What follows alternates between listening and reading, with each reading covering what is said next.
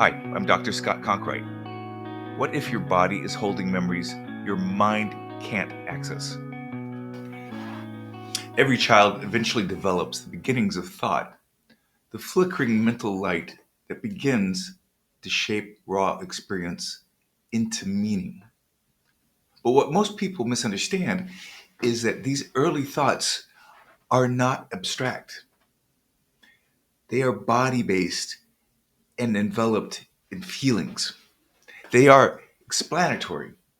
Thought arrives as a way to make sense of feeling. A small example: a toddler reaches for his parent.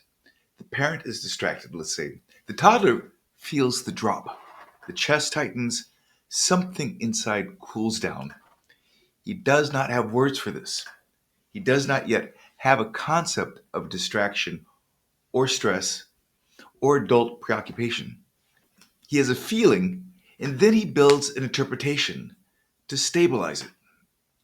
The interpretation is never sophisticated. It is incredibly literal. I caused the drop.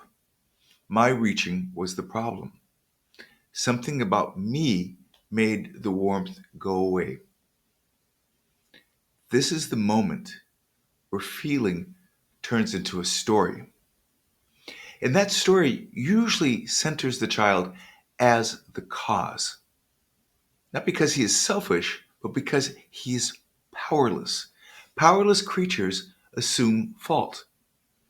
It is the only way to feel even slightly in control, to have some little bit of agency. The interpretation solidifies into personality long before adulthood. And this is where genuine suffering begins. Not in the feeling, in the story the child used to survive. Think of Lisa. She knows her partner loves her. She understands this with her mind. She's intelligent, grounded, and psychologically aware. She's not fragile or foolish. Yet, whenever her partner goes quiet, her body reacts with the same automatic folding, the same dip in temperature she felt as a child when her parents drew inward, when they were overwhelmed by their own stress. She tells herself she is being irrational. She apologizes for her clinginess. She hides her panic because she believes she should be over this by now. But this reaction is not coming from her adult logic. It's coming from the child who once felt the drop with no explanation, no way to understand it. The chill Lisa feels today is not about her partner, it is a weather pattern left over from a climate she never chose. This is why self judgment never works, because you are not judging your present, you're judging your past. Lisa's system learned early that silence meant danger.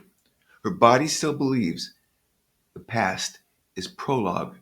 When Lisa finally sees this, something subtle shifts. She stops trying to correct the reaction and starts listening to it. She stops fighting her weather and begins to try to understand it. This is when healing begins, not with mastery, with recognition. Shame is a complicated word, so let me clarify what I mean. Shame begins as a pause in the system, a moment when presence falters, when attunement breaks. It is a drop in vitality, not a moral indictment. It is the body saying, the weather changed, something happened. The problem is not the pause. The problem is when the pause becomes a story. If the parents respond with gentle repair, the child learns that the story is temporary. If the parents respond with impatience or irritation over long periods of time and frequently, the child learns that the pause means something about them. This is how shame goes from a fleeting signal to a worldview. When Maya was a child, whenever she did something that annoyed or inconvenienced her parents, like spilling her milk or juice, she felt the core feeling of shame the moment her father sighed. The pause was honest. It was a real time reaction to the loss of connection with her dad. But when he rolled his eyes and called her clumsy or stupid, everything shifted. The pause became a verdict. The signal became a sentence. The weather became the climate. When Maya grows up and makes a small mistake at work, her system doesn't think, oops. It says, I am the problem. The shame she feels as an adult is a ghost of the sigh at the dinner table. If you've ever felt a disproportionate collapse after a small mistake or small misstep, you are living inside one of these old weather systems. There's nothing wrong with you. You are reacting exactly the way you were built, the way our bodies are built to react. Let's bring in Daniel. Whenever his wife gets overwhelmed and withdraws, Daniel feels that old drop. He follows her down the hallway, flooded with urgency. She feels pressured and retreats even further. He escalates. She shuts down. Two nervous systems reenacting early Fourth Da. Two people are trying to regulate the weather inside them. Two stories colliding. Daniel's behavior could be understood as controlling or dramatic, perhaps intrusive and or insensitive. We don't know enough right now to judge. What we can guess is that he is chasing her because her distancing terrifies him. His body remembers a climate where return was not guaranteed. We can also make a guess that his wife is not pulling away because she does not care. She withdraws because her system learned early that her emotions were too much for others. Her drop leads to retreat. His leads to pursuit. Both patterns were adaptive in the climates they came from. Both patterns create conflict in the climate they are now in. What saved their marriage was not communication techniques or rules about fighting. It was the moment Daniel learned this pattern from his work in therapy. One day, during a conflict, he said, really simply, when you turn away, something collapses in me. I get scared. That's why I follow. And when she said in return, hey, listen, I'm not leaving. I'm trying to calm my body. I just need a small pause. Please don't interpret it as abandonment. The two weather systems speaking the truth. Two early forecasts being rewritten. There's another piece of the story we need to consider before moving into repair. When we grow up in climates that teach us to distrust our own weather, we often create adult lives that mirror that pattern. Some people chase it intensely because it feels like warmth. Some chase chaos because they mistake it for passion. Some become hyperachievers because productivity feels safer than vulnerability. Some scroll endlessly because stimulation is easier to bear than emptiness.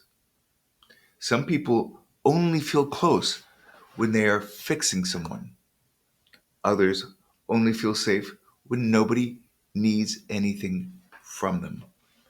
These are not flaws necessarily, they are emotional ecosystems built in the absence of reliable return.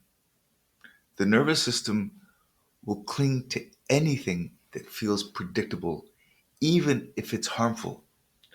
One woman told me that she despised conflict but felt strangely alive during arguments. Her childhood taught her that conflict was the only time her parents paid attention. Calm felt like absence. Chaos felt like connection. I'm calling this counterfeit weather. It mimics warmth, but it exhausts the system. When adults feel hollow after a weekend that looks full, or restless after hours online, or numb after an argument, this is usually why. Counterfeit weather cannot regulate you. It can only distract you. And the cost of distraction is always the same. You lose contact with your actual weather. And without that weather, you cannot repair. Before we move into the last part of this episode, I'm leaving you with something simple. Your emotional life makes sense. Not just metaphorically, not philosophically, biologically, it makes sense. Even every panic, withdrawal, overreaction, numb spell, anytime you cling or freeze or flood and retreat, it has roots in a climate that once shaped your survival. You're not broken in that sense. You're patterned, and patterns can be softened, not by force or perfection, but by understanding and patience.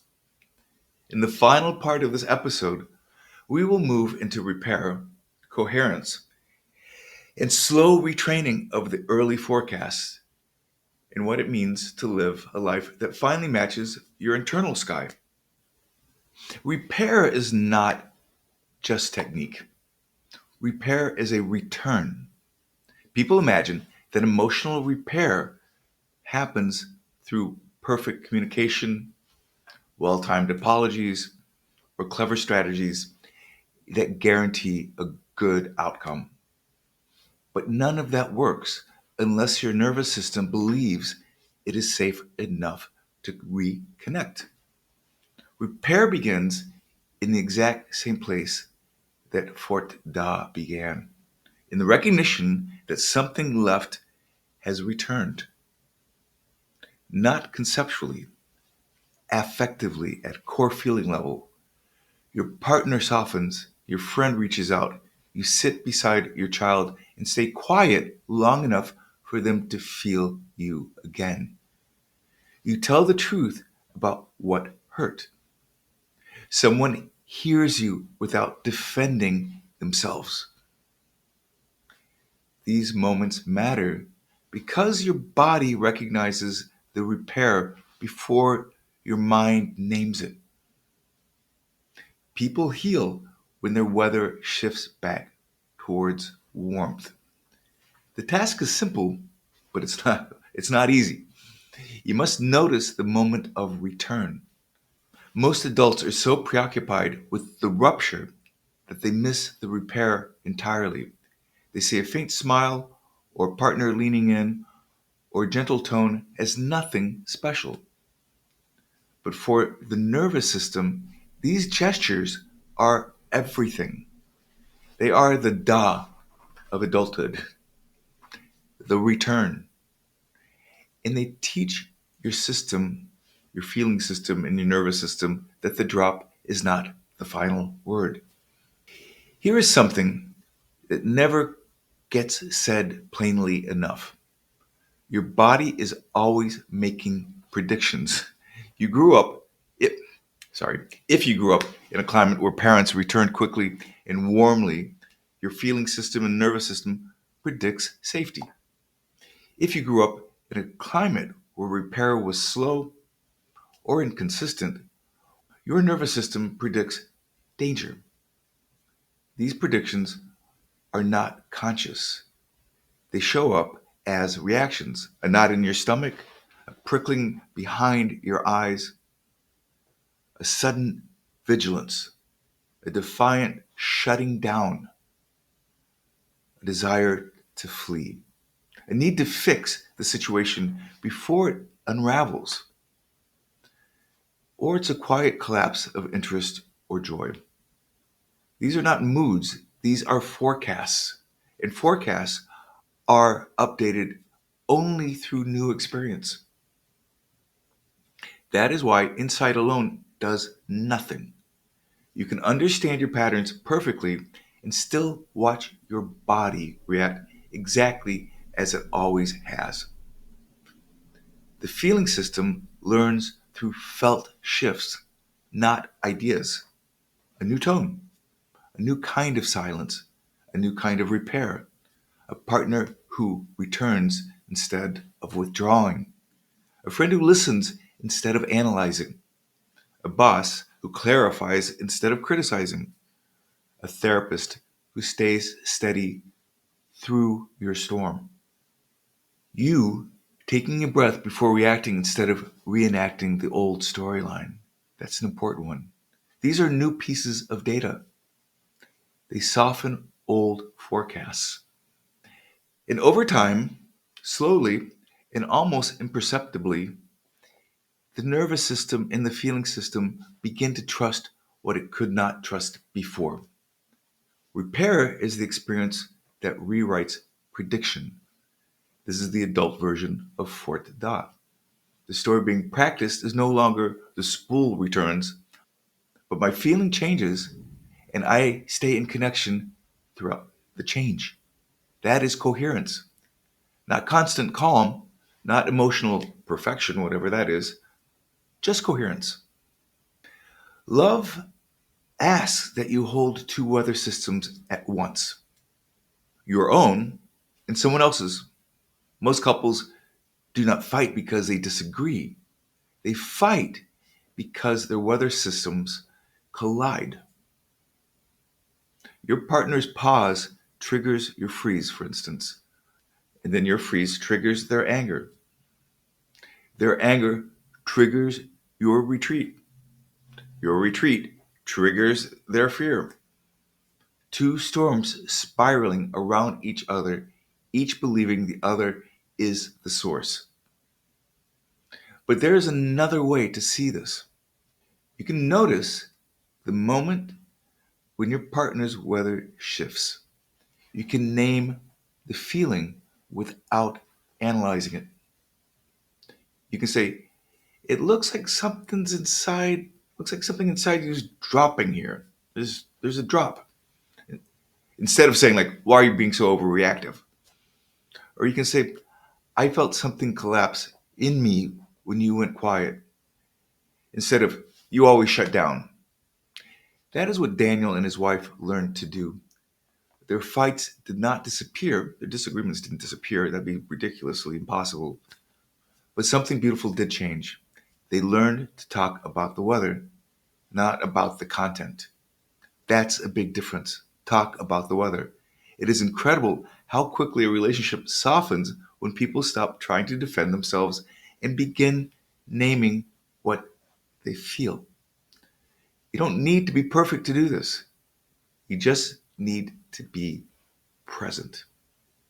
Because presence is the warm front that stabilizes every nervous system and every feeling system in the room. There's a form of adult suffering that hides behind every adult form of distraction. People chase intensity because it feels alive. They chase productivity because stillness feels dangerous. They chase stimulation because quiet feels like shame. They chase perfection because being flawed feels like exposure. They chase drama because the drop in connection is familiar, even comforting in its predictability. These are counterfeit climates. They mimic the feelings of return but provide no nourishment. This is why you feel wired and empty after a long night on your phone. This is why some people break up and immediately crave another conflict. This is why some achievements feel thrilling for 10 minutes only and then feel hollow. This is why people pleasing feels safe until it collapses into resentment. Counterfeit climates are emotional fast food. They fill you with activity but starve you of regulation. You may not notice this until your life becomes strangely exhausting. You may have warmth in your friendships, but feel strangely alone. You may have success at work, but feel brittle inside. You may have a loving partner and still brace for disappearance at the slightest shift. This is what happens when your life and your weather do not match. The return is missing, even when nothing is technically wrong. Real regulation happens slowly. It is quiet. It is often unremarkable. It feels like being able to breathe again without knowing why. You sit with someone and your body softens. A friend's voice steadies you. A partner holds your gaze without flinching. You tell the truth about your fear, and the world does not end. You pause before reacting and feel a tiny window of choice open inside you. These moments don't look like healing necessarily. They look like ordinary life, but they are the storm system recalibrating. They are the feeling system learning that not every drop ends in collapse. They are the return that the spool game once symbolized. You don't need a dramatic transformation. You need repeated, lived experiences of connection surviving the weather inside you. That is what repairs the system. That is what updates the forecast. That is what makes adulthood bearable. Let's go back one last time to the child in Freud's study. He throws the spool, he watches it vanish, his breath catches, there is the small collapse, and then he pulls it back. The spool returns, his body releases. This tiny ritual has been misunderstood for 100 years. It was never about mastery, it was never about separation, it was never about control. It was the child rehearsing the truth his feeling system needed most. The drop can end, warmth can return. Feeling bad is not permanent. Connection is not over completely. The world does not abandon him forever. This is the emotional blueprint every human being carries into adulthood. It shapes your longing, it shapes your fear, your reactions, your capacity for intimacy. It shapes your hunger for reassurance, your confusion and conflict, your collapse when someone turns away, your joy when someone returns. It shapes the story you tell about who you are and how love works. Freud saw a game, but the child was practicing hope. I want to leave you with one simple idea. Your emotional life is not a mystery. It is not chaos necessarily. At times, maybe, but most of the time, I hope not. It is not a flaw in your character. It's not something you should have outgrown. It is weather. It's ancient. It's honest. It's, it's predictable once you learn how to read it. You are not too much. You are not too sensitive. You are not broken, dramatic, or needy. You are responsive to the climate you grew up in, and you can slowly create a new one. There will always be drops. There will always be moments when the sky darkens and your chest tightens. But the return is built into you as well. It is the oldest part of the human story. When the drop comes, pause, breathe, stay with yourself, and wait. Because the warmth returns. It always does. And the more that you trust that, the more coherent your emotional life becomes. Thank you for listening to the Meaningful Happiness podcast today. We'll be back. I'll be back in another week. In the meantime, be kind to yourself, be kind to others. See you later.